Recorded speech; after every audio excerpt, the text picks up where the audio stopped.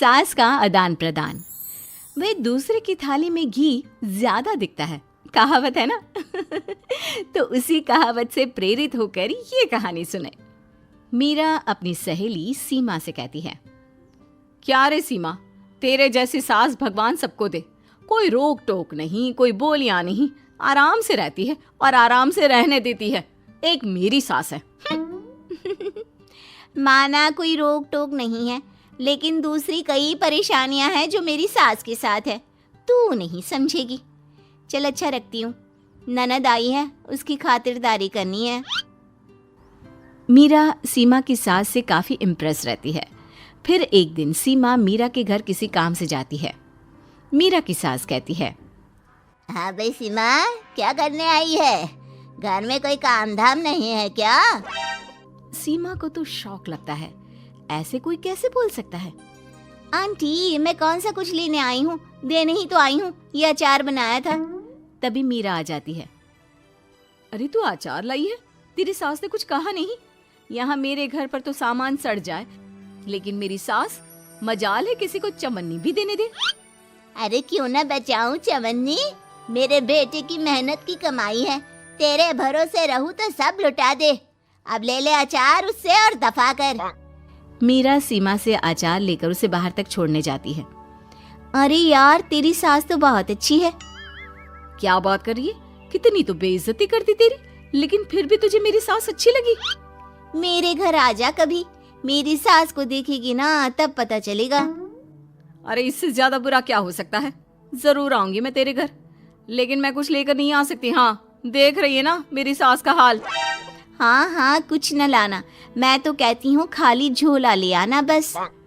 सीमा चली जाती है। फिर क्या, दोनों अपने काम में लग जाती हैं। लेकिन एक रोज न जाने क्या होता है, मीरा सीमा के घर आती है। सीमा की सास कहती है, अरे सीमा, देख तो कौन आया है, तेरी सहेली मीरा। मीरा, आज कैसे यहाँ पर? आजा आजा। और ये हाथ में क्या है तेरे? क्या मतलब? कुछ नहीं आंटी जी, ये तो खाली थैला है। वो क्या है ना, मंडी जा रही थी तो सोचा मीरा से मिलती चलूं। अरे काहे को मंडी जाना, कल ही मेरा बेटा सब्जी लेकर आया है। अरे मीरा, जरा सीमा का ये थैला तो भर दे। मीरा घबरा जाती है। अरे नहीं नहीं माँ जी, बिल्कुल नहीं, मैं कुछ नहीं ले सकती। हम लोग ना अलग सब्जियां खाते हैं। खैर, मीरा सब्जी तो नहीं लेती, लेकिन सीमा की सास तो न जाने क्यों कद्रदान हुई रहती है। अरे मीरा, जरा चिकन मटन बना ले, तेरी सहेली आई है। मैं फोन कर देती हूँ, वो दे जाएगा। और सुन, मिर्च जरा तेज कर देना। लेकिन मीरा तीखा नहीं खाती है माँ जी। अरे खाना चाहिए। अब सीसी करेगी ना तो नाक का सारा कचरा भी निकल जाएगा। हाय रे, कितनी अच्छी है तुम्हारी सास। हाँ, तभी आसपास के सारे यहाँ खड़े हो जाते हैं सुबह से ही। अभी 2 मिनट रुक ना, खुद पता चल जाएगा। तभी पड़ोसन आती है। अरे बहन जी, चाय का वक्त हो गया, सोचा चली आऊं आपके घर। अरे क्यों नहीं क्यों नहीं, वो क्या है ना, बहू की सहेली आई है तो चिकन बन रहा है, वो भी लेती जाना। मैं जरा ज्यादा ऑर्डर कर देती हूँ। और हाँ बहू, पकोड़े भी तल ले चाय के साथ। जा जा मीरा बेटी, सीमा की मदद कर दे जरा।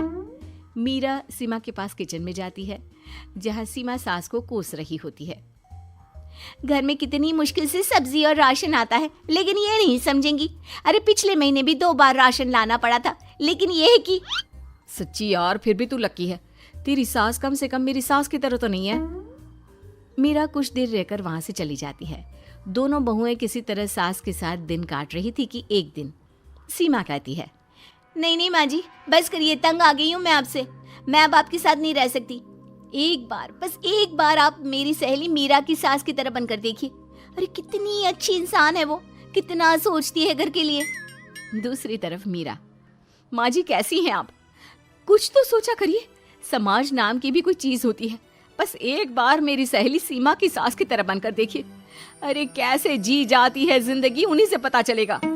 दोनों की सास को आता है गुस्सा। अरे भाई, कोई छोटे बच्चे तो है नहीं जो किसी के साथ तुलना कर दे और वो कुछ ना कहे। मीरा की सास कहती है, मुझे तो सीमा के पास ही छोड़ा। सीमा की सास कहती है, तू ना मुझे मीरा के पास ही छोड़ दे। दोनों एक दूसरे से सलाह करती हैं और सासों का किया जाता है आदान प्रदान यानी एक्सचेंज। अगली सुबह मीरा की बदली हुई सास। अरे मीरा, मेरी बेटी आ रही है। मीरा को तो आदत थी कि घर का कोई भी आए दमड़ी ना निकले, ना कुछ बनाना ना कोई लेन देन। अच्छा माँ जी ठीक है, कोई बात नहीं। अरे कैसा कोई बात नहीं, अरे लाओ 16 तरह के पकवान और ननद को देने के लिए सीधा निकालो। सीधा समझती हो ना? देना लेन देन?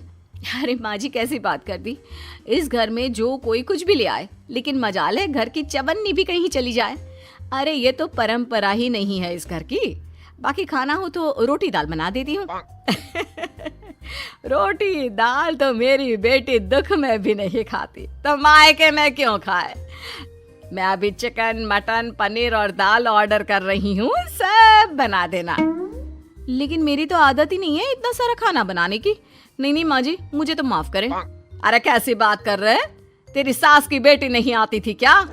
आती थी ना, खूब आती थी, लेकिन मजाले की सास कुछ एक्स्ट्रा कर दे। माँ जी देखिए, मेरी तो ये आदत नहीं है। दूसरी तरफ सीमा। माँ जी, वो मेरे मायके से लोग आ रहे हैं, तो मैं जरा उन लोगों के लिए कुछ बना लेती हूँ। क्यों क्यों बना लेती हो? दाल रोटी बनी है ना, साथ में अचार रख देना।